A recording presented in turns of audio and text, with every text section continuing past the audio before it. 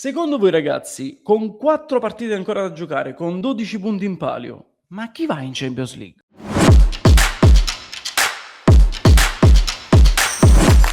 Bentornati ragazzi su Calcio Espresso e come ogni martedì cerchiamo di fare un recap della giornata che si è appena conclusa, la 34esima giornata, ne mancano altre 4, 12 punti in palio come dicevo prima, 12 punti in palio che potrebbero decidere tutto, soprattutto per la corsa Champions e anche per la corsa salvezza.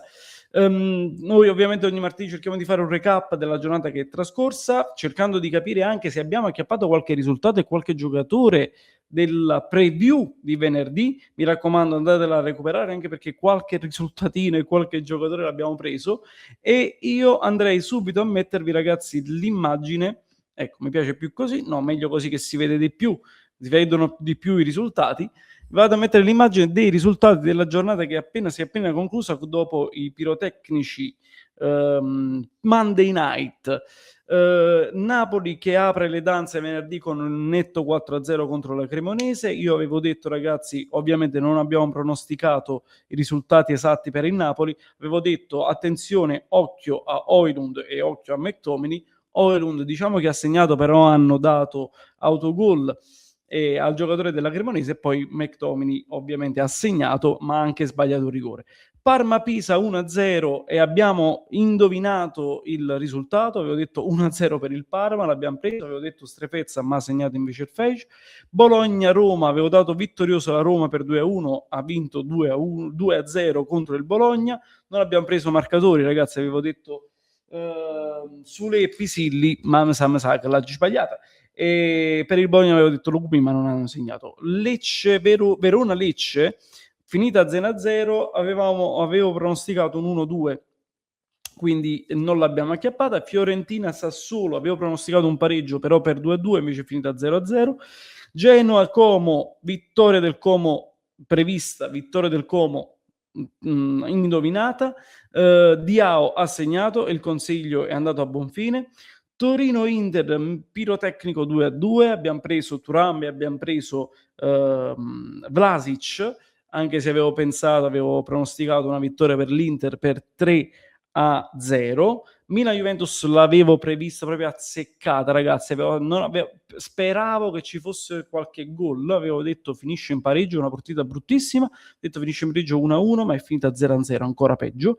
E poi Cagliari-Atalanta. Avevo detto attenzione al Cagliari, perché il Cagliari si doveva salvare, fare un po' di punticini per la zona salvezza. Ha vinto contro l'Atalanta, avevo pronosticato una vittoria comunque dell'Atalanta e abbiamo preso poi, ragazzi, nel Lazio-Udinese, dove io avevo pronosticato un pareggio per 2-2, è finita 3-3 e abbiamo preso anche Quindi, per cui, ragazzi, io andrei a vedere subitissimo la classifica, come varia la classifica, e ormai siamo quasi addirittura d'arrivo. Come dicevo, mancano 12 punti, mancano 4 partite, alcuni giochi sono belli e fatti. Approfitto, ragazzi, per dirvi: mettete mi piace ai video se vi fa piacere, ovviamente, ma mi raccomando, ragazzi, fate girare l'algoritmo, iscrivetevi al canale, iscrivetevi ai nostri canali social e il mi piace, ragazzi, non è d'obbligo, ma ci farebbe tanto piacere. Vi dicevo, ragazzi, partendo da Pisa e Verona, che vengono rispettivamente Pisa da una sconfitta contro il Parma per 1-0, come dicevamo prima, e il Verona da un pareggio contro il Lecce, attendono solo la matematica, ma credo che la prossima potrebbe essere quella giusta, almeno per vedere il Pisa aritmeticamente in Serie B, perché ormai sono 11 punti di distacco dalla 17esima, il che vuol dire che se il Lecce vince o pareggia, il Pisa è matematicamente in Serie B. Mentre per il Verona invece siamo lì, comunque sono 10 punti di distacco, attendono solamente la matematica. Non mi dilungo troppo, andrei sulla Cremonese, su questa battaglia, su questa guerra per la salvezza, per non retrocedere fra Cremonese e Lecce. La Cremonese viene dominata, surclassata, come era preventivabile dal Napoli.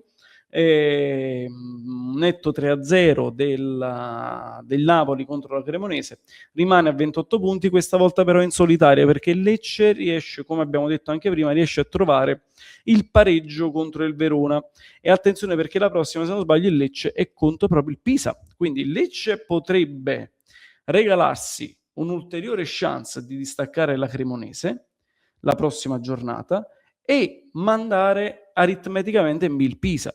Quindi anche la prossima giornata sarà cruciale per queste squadre qui in bassa classifica. Balzo in avanti del Cagliari, che con la vittoria per 3-2 contro l'Atalanta si mette a distanza di sicurezza. Sono ormai 7 i punti di vantaggio contro il Lecce, 6-8 i punti di vantaggio contro la Cremonese. Su 12 punti disponibili, ragazzi, io credo proprio che il Cagliari si sia messo lì tranquilla, attendendo solamente che Lecce e Cremonese si scannano fra di loro. Quindi il Cagliari, come dicevo anche nella preview, deve mettere fino in cascina, perché comunque i punti in palio sono pochi ormai e deve mettere un po' di punti, e l'ha fatto contro l'Atalanta, quindi anche una vittoria bella di prestigio. E per la qualità, l'ho sempre detto, per la qualità che ha il Cagliari, la squadra sarda, mi pareva difficile poterla vedere invischiata nella lotta salvezza, onestamente. E poi la Fiorentina, salendo, la Fiorentina non si fa male contro il Sassuolo, finisce una partita per 0-0, dove la Fiorentina e Viola provano comunque a segnare, ma ormai si vede che mentalmente sono liberi da quella tensione, da quella paura di essere, di essere risucchiati dalla zona rossa. Quindi si vede proprio tranquilla come gioca. Genoa, andando avanti, ragazzi, Genoa e Torino. Genoa perde la partita contro il Como, ma come dico sempre, le motivazioni in questo momento la fanno da padrona. Il Genoa, dopo la vittoria della giornata scorsa, ha poche motivazioni, perché è arrivata a 39 punti, è bella che salva. Poi la qualità dei giocatori ci sta, ma il Como aveva altre motivazioni. Il Como comunque pensa in grande, il Como comunque cerca di arrivare sempre a quel fantomatico quarto posto, di riagganciarlo, di riacciuffarlo. Quindi perde una partita per 2-0 in casa contro il Como, preventivabile.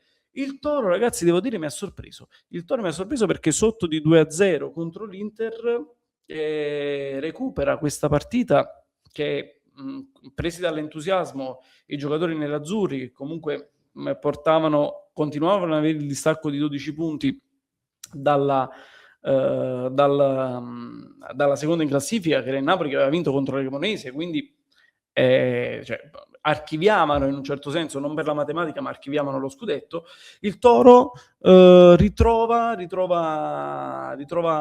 verve, ritrova cattiveria, agonismo. Un bellissimo gol di Simeone che chiude un triangolo, un triangolo con non mi ricordo chi, ma veramente bello. Che giocatore Simeone, mi piange il cuore vederlo giocare con la maglia granata. E poi il rigore di Vlasic, come dicevo prima, ragazzi, l'abbiamo acchiappato, l'abbiamo preso nella preview, e quindi la partita finisce 2-2 e il Como, da quando è tornato da Versa in panchina, questa volta su sponda granata, sta inanellando un po' di prestazioni di alto livello, di un medio livello, di un buon livello.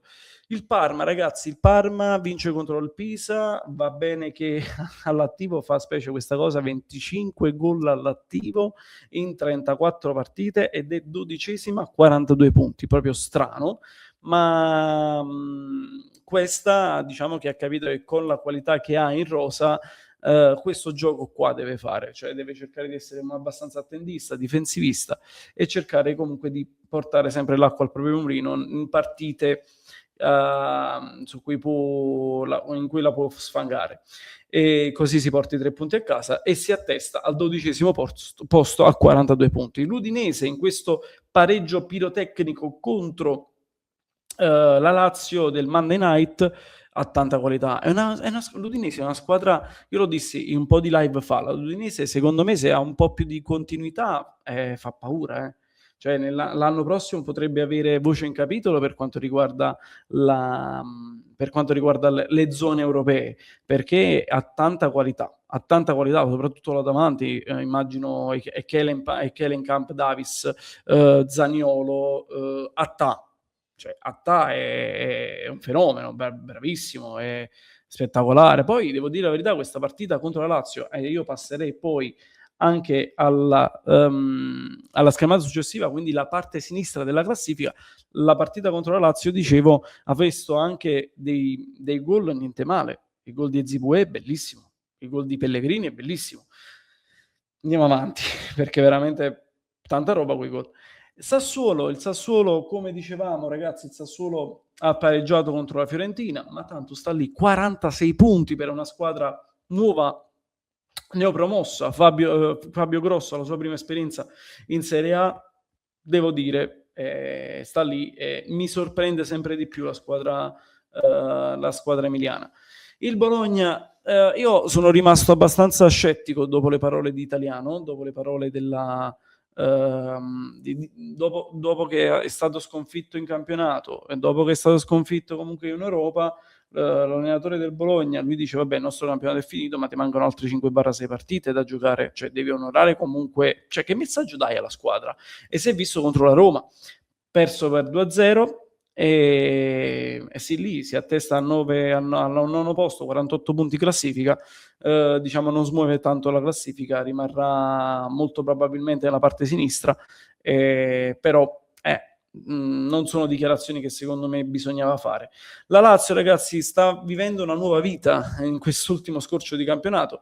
Dopo il passaggio in finale in Coppa Italia, trova un pareggio all'ultimo secondo contro l'Udinese. Sarri fa quel che può in un ambiente abbastanza strano, quello dello Stadio Olimpico, che per l'ennesima volta semideserto, con i tifosi fuori che protestano. E io non so onestamente quale sarà la svolta della società per i tifosi. Intanto il comandante Sarri sa il fatto suo e si attesta comunque all'8° posto, con una possibilità di vincere un trofeo nazionale, con la possibilità di entrare dopo una stagione disastrata anche in Europa. Non è di poco conto. L'Atalanta, ragazzi, 7° posto, perde contro il Cagliari, come dicevamo, e perde l'occasione per riavvicinarsi al 6° posto, per riavvicinarsi all'Europa, e credo che la potrà salutare definitivamente quest'anno. Dopo tanti anni in cui abbiamo visto l'Atalanta essere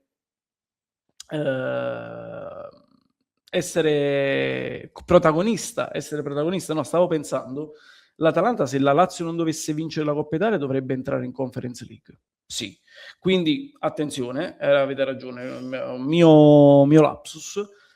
Quindi potrebbe entrare in Conference League a meno che la Lazio non vinca la Coppa Italia. Però per posizioni di prestigio, quindi il 6° e il 5° posto, mi sa che l'Atalanta può dire ciao ciao, arrivederci, con le mani, ciao ciao. Mentre per la Roma, vincendo contro il Bologna, tiene il passo del Como, che vince contro il Genoa, dicevamo, tiene il passo del Como e si porta comunque a pari passo col Como a 61 punti, approfitta del passaggio a vuoto sia della Juventus che del Milan, una partita bruttissima, orribile. La Roma, dicevo, tiene il passo del Como, 61 punti, e tutto è aperto per la zona Champions, perché va bene che sono 12 punti e quindi il Milan, diciamo che faccio un discorso in generale di tutta la zona Champions, ragazzi. La Roma, abbiamo detto, vince contro il Bologna, il Como vince contro il Genoa, la Juventus e Milan pareggiano e il Napoli a 69 vince contro la Cremonese. Il Napoli, non perché sono tifoso napoletano, ma con 8 punti di distacco dal Como, e badate bene, c'è lo scontro diretto Como-Napoli che si gioca a Como domenica, anzi sabato, e attenzione, anche se comunque 8 punti su 12 disponibili, considerando anche che c'è uno scontro diretto da giocare, non sono matematicamente certi, non siamo matematicamente certi per la Champions League, però le possibilità di passaggio in Champions League sono alte, considerando che poi dopo il Como ci sono altre 3 partite, una è contro il Pisa e poi ci sono Bologna e Udinese.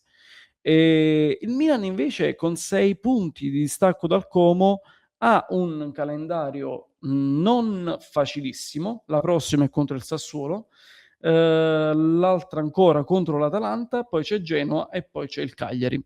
Diciamo che Sassuolo e Atalanta sono il crocevia per la squadra rossonera. Quella che invece un po'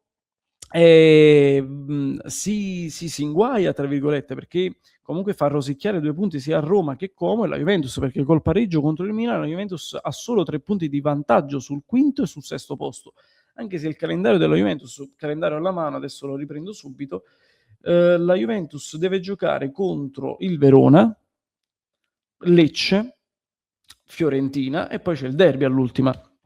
Quindi tutto è ancora aperto. Io credo che, ragazzi, detto sinceramente, la classifica rimarrà questa qui. Secondo Napoli, forse al massimo la Juventus che potrebbe sopravanzare il Milan. Milan e Juventus comunque andranno in Champions League e poi si giocheranno Roma e Como il posto per l'Europa League e la Conference League, qualora la Lazio dovesse andare in Europa. Ma comunque quinto e sesto posto se la giocano come Roma. Per l'Inter, ragazzi, l'Inter la prossima giornata avrà il match point, perché se l'Inter vince è campione, semplicemente. Meritato, considerando anche, ragazzi, è da brividi vedere anche la differenza reti. E questo ti fa, a parte tutto il discorso che si fa sul cosiddetto Varopoli e quant'altro, ma bisogna vedere anche, essere oggettivi ed essere sportivi. La squadra dell'Inter ha una squadra dei giocatori, un collettivo esageratamente forte. Basta vedere la differenza reti, 49 gol di differenza reti tra quelli fatti e quelli subiti, e quelli fatti sono 80. E il miglior attacco dopo quello dell'Inter è il Como a 59. Sono 21 gol di differenza. 21 gol di differenza. Ed è tantissimo. Bene, ragazzi, abbiamo fatto questa sorta di excursus, questa sorta di recap della giornata. Io vi invito a seguire i nostri canali social, come ho detto prima, i